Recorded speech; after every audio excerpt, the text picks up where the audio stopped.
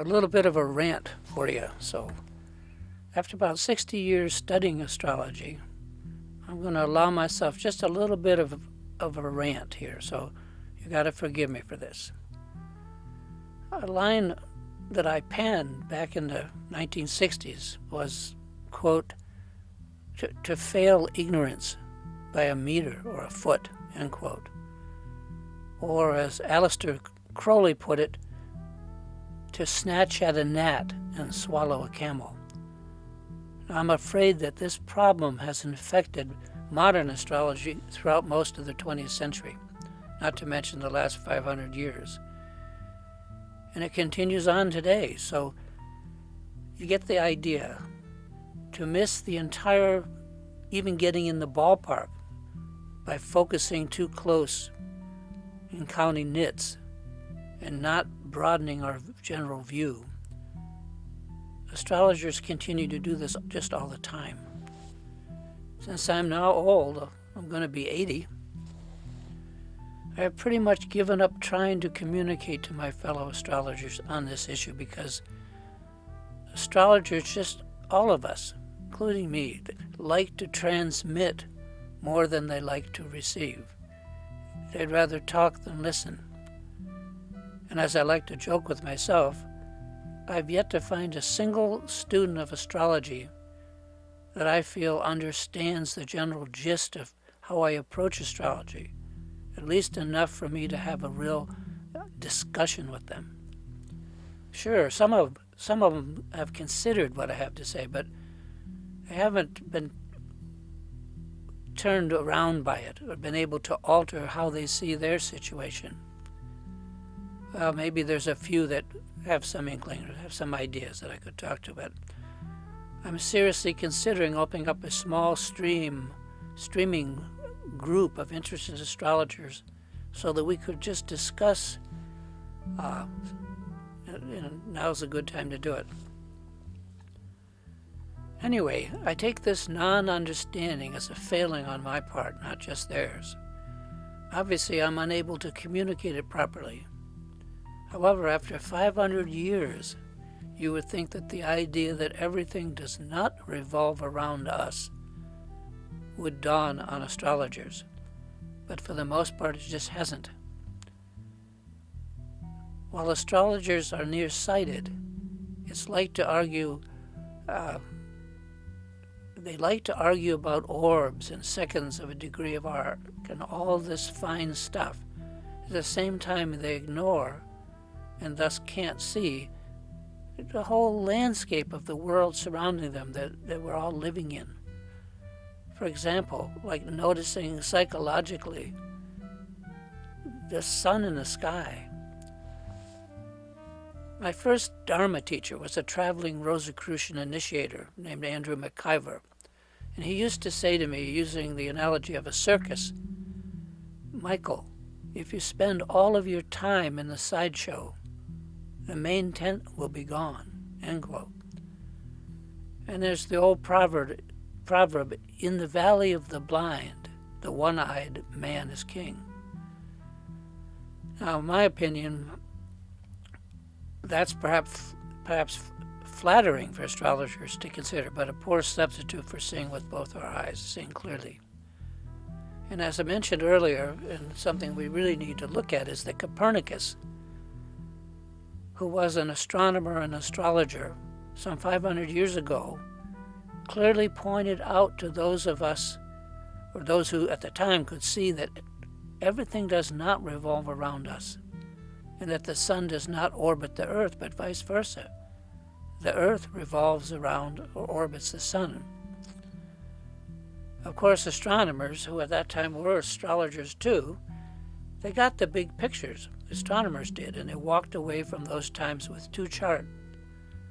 The traditional geocentric chart that astrologers use today, and the newly realized heliocentric chart. They had two charts. However, astrologers back then and now refused to consider the heliocentric perspective as integral to them, and they still do. And astrologers as a group persist today in championing the geocentric view of life at the expense of considering, even thinking about the heliocentric view in relationship to the traditional geocentric chart, because in my opinion, these two charts, the geocentric and the helio, these two views have to be used concurrently together. I don't mean to be unkind, but astrologers as a rule still act as if everything revolves around them.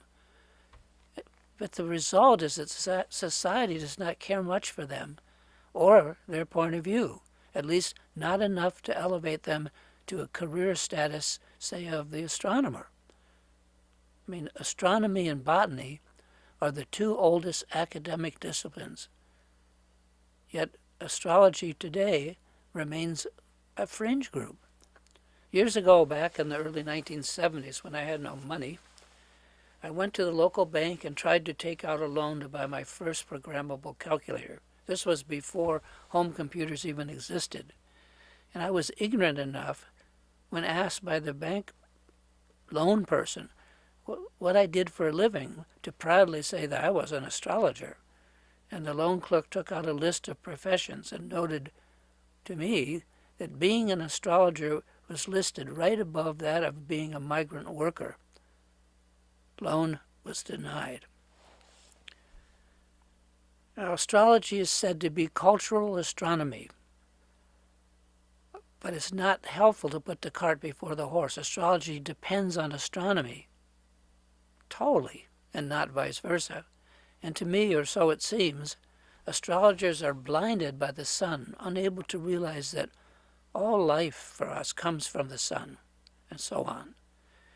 We ignore the heliocentric view of ourselves, even though we are embedded in it, in this sun-centered solar system. And we steadfastly ignore current solar activity, CMEs, solar flares, eruptions, etc., which provide us with a constant update and running commentary on our condition day by day. I follow these. Yeah, as they say, I would like some cheese with my wine. And yes, in general, I'm disappointed in my fellow astrologers for missing this main point that was clearly pointed out to us many centuries ago. We resist and persist in our ignorance of the sun to this very day. Of course, if you're not an astrologer or don't care about astrology, all of this is going to go in one ear and out the other. Even if you are an astrologer, it's likely to do the same thing. Astronomers were empowered with the heliocentric initiation long ago. That same empowerment that moved astronomers to become what they are today is ready and waiting for astrologers to take as well. It's not just as simple as cranking out another chart and looking at it, although that would be a start. And most of all astrology programs have the heliocentric chart available. The realization of the heliocentric empowerment is beyond words, yet in my own case, it involved realizing that my helio chart is the fiducial, the root chart, and that the traditional geocentric chart, as used by virtually all astrologers, is an ornament or a secondary chart. The helio is the mother chart, and the geo chart, the child. Once I realized this, astrology fell into place for me. The horse was finally put before the cart, and it just made sense. For me, it was a total astrological transformation, an initiation that altered my perception forever. That's about what I have to say. I have a free book on my site, spiritgrooves.net. Spirit Grooves, one word, .net. The name of the book is Dharma Chart, Karma Chart, Astrological Empowerment in the 21st Century. You can get it. Thanks for listening.